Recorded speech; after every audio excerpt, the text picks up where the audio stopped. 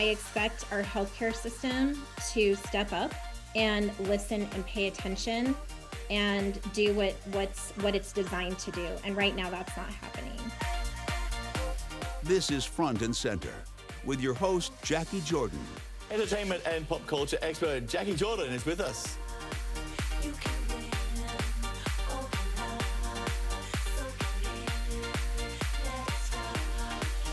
We are the show where we talk with the change agents, the storytellers, and the activators, making impact from behind the scenes.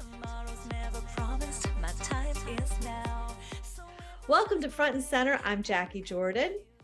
In this episode, we talk with Hanna Olivas. She's the author of Becoming an Unstoppable Woman in Health and Wellness, 34 Holistic Ways to Heal Your Mind, Body, and Soul. It is an anthology for women to advocate for their health as she herself is fighting a midlife health crisis that is considered potentially terminal. She's also the host and founder of the She Rises Studio podcast, and she's here to advocate for others and share her experience, strength, and courage. Please welcome Hanna. First off, how are you feeling now? Because I know you've been through a lot. Today is a good day. I just recently was on the mend from what most consider a common cold. It hit me much worse being immune compromised. So I did visits to ER and urgent care, but I'm better, back to work in full swing. So today's a good day. So take us on your health journey. Yeah. So in 2017, I was pregnant, almost 9 months, almost full term, and I lost the baby. It was very hard, a long drawn out journey because number one, I was already older. And I wasn't expecting to hear the words, "You're pregnant." In fact, I asked for a redo of testing because I just didn't think it was even possible. So we find out I am, we embrace it. We find out it's a boy. And I go through this pregnancy and I just have a terrible time. And unfortunately, we lost him. And so about 6 months after the loss, I was experiencing a lot of fatigue, shortness of breath, depression, sadness, of course. And so I went in and out of doctors, and I just knew something was off though, even though they kept telling me, no, it's because you're sad, you're heartbroken, you have anxiety, you have stress, it's PTSD. Finally, I got a doctor to hear me and say, let's do some testing. So the first thing we found out was I was severely anemic, but we didn't know why. So they dug a little deeper. Sense after a miscarriage too. So that wouldn't have been like completely a surprise. They were surprised, I guess, because of how bad it was. It was like I had depleted even my storage, and we all have a storage of iron, and but even I didn't even have any in the reservoir. So he wanted to find out like what does it cause from. So he dug a little deeper, and some markers started showing up, but he kept saying, I still don't know what it is. I don't think it's possible what I think it is. But here's some ideas that I have. So between that doctor and me going to the Mayo Clinic, Mayo said, you have a neoplasma disease called myeloma, but you're in the very beginning stages, or what they consider smoldering. But they say, you're too young. Typically it affects older people, African-American males. So obviously you don't fit that demographic. So they continue to do testing, bone marrow biopsies, all to confirm that is what it is in the beginning stages. At that point in time, I was told, typically myeloma patients, there is no cure, and there still is not. But most myeloma patients live, 5 to 7 years through treatment, stem cell transplants. So of course that was a major smack. How far into it are you? So it'll be 6 years in May of this year. And for the first couple years, I would say my biggest symptoms were chronic fatigue, chronic anemia, pain, shortness of breath. We were able to get a lot of that under control through treatment. But it wasn't until 2022 when things kind of took a big turn. And I started having severe issues with being immune compromised. My internal system, immune system does not work. In fact, I don't even have a reserve of one of the main things we need to fight off upper respiratory infections. So we began treatment for that, doing immunotherapy, just all these different things that I've been going through since 2017. But in June of 2022, we put this port in after fighting. I never wanted a port. I think it made it real. And so I would always do IV. Well, I developed blood clots. So they said, you have no choice. We have to do a port. So we put a port in. And within a week of the port being put in, I developed a blood clot, a bad one. Put me in the hospital, emergency surgery, take the port out. Everything stops, life stops. And that one threw me for a loop. I'm going to be 49 this year. I'm on blood thinners and a gazillion medications. And that one scared me because I knew what that really meant. That was the eye opener. It wasn't even the myeloma. It was the blood clots and all the different things associated with that really made me say, okay, I need to rethink my life, my health, and everything in between. So that's really, truly when I don't want to say my health journey began, but that was a major wake-up call for me. And so you've got your advocacy as the founder of the She Rises Studio. You have your own podcast, you're a podcast host, and you're also author of Becoming an Unstoppable Woman, Health and Wellness. What is your primary message to others through, especially given what you've been through? Number one is you really have to be able to advocate for yourself.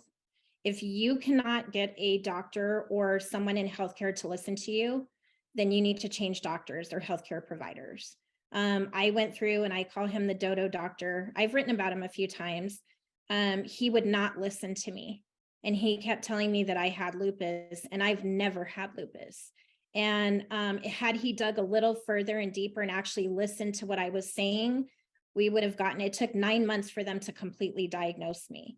And so my biggest message, first and foremost, is if you're feeling something, listen to your body, speak to your doctor. And if your doctor tries to brush it off as stress, anxiety, panic, then that's probably not the doctor for you. I expect our healthcare system to step up and listen and pay attention and do what it's designed to do. And right now that's not happening. My second message would be that make your health personal. We're so filled with information on weight loss and all these different things. We're on information overload. So how do we decipher what we should and shouldn't do? It's confusing. One diet says eat all the salt you want. The other diet says stay away from salt. How do we know?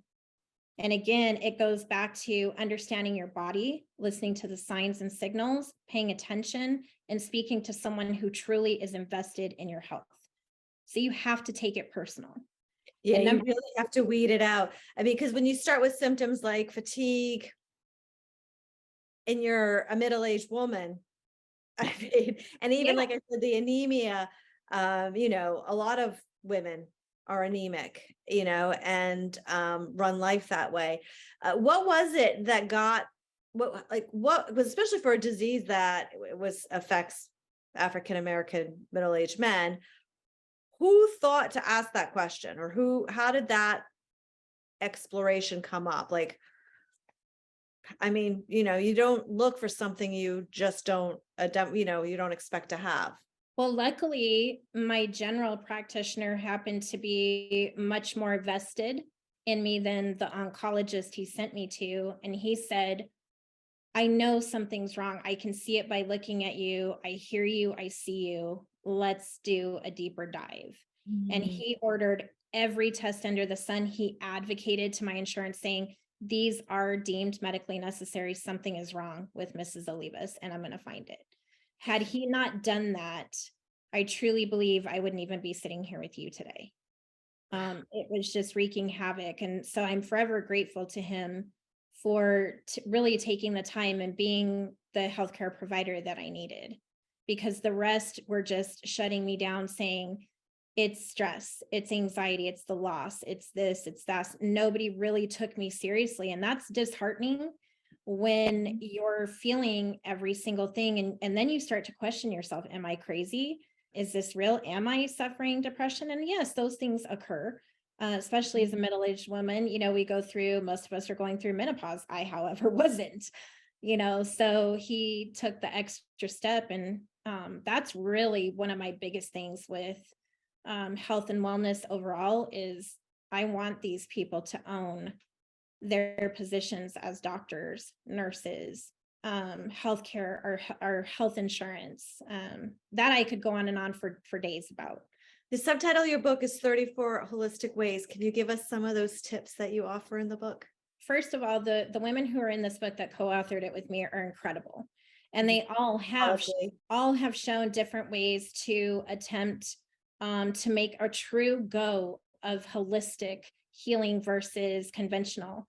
I personally believe for me, conventional and holistic combined is incredible, but we're talking about herbs, certain herbs to utilize. We're talking about certain foods to stay away from, things that react within our bodies that we don't really truly understand. We talk about mental health. We talk about emotional health and the physical health, the balance between them. And there is and does need to be one. It's just a matter of us finding it. We talk about different ways to heal, whether it's, self-love, self-care gets thrown around a lot these days, but it is imperative that we as women understand what exactly that means. And it's not a Calgon bath. It is a true self-love and awareness for you to recognize what your mind and your body are telling you.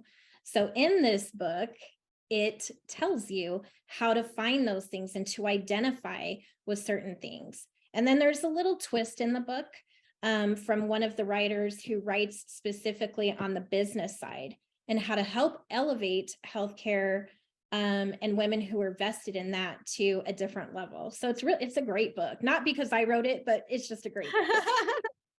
And you are an incredible woman. You literally are the example of She Rises. I really appreciate you joining us here today. Please keep us posted on your wellness and your well-being. And I just wanted to give a kudos because I love that you ran for Assemblywoman in Nevada. I thought that was one of the coolest things on there. Thank you so much for joining us on Front and Center, and we look forward to your updates. Thank you so much.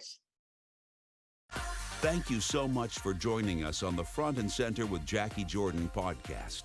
Please subscribe to us on YouTube and follow us on Instagram at TVGuestpert. We'd love to hear from you.